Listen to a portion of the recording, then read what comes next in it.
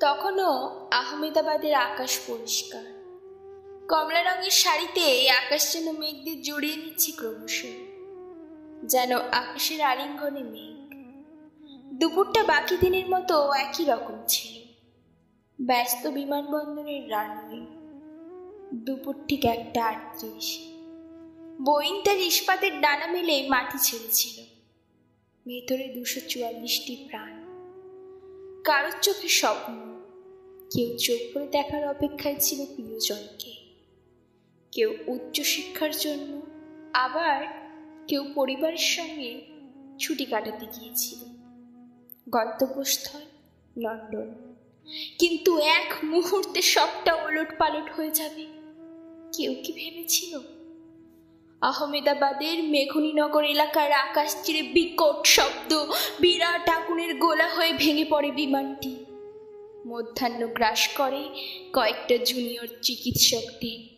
তারপর বাতাসে শুধু পোড়া গন্ধ, বিভৎস আর্তনাদ। কমলা আকাশ মুহূর্তে কালো ধোঁয়ায় পরিণত হল। এরপর তদন্ত বসবে, বিবৃতি দেবে, আরো অনেক কিছু হবে সরকারিভাবে। তাতে কি ফিরে আসবে এই এতগুলো ঝলসানো লাশ, ঝলসানো আনন্দ, ঝলসানো স্বপ্ন?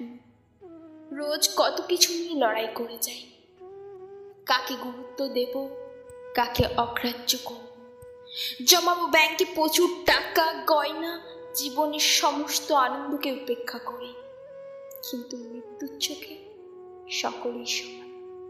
সুযোগ এবং সময় সে দৈবাত দেয় কাউকে।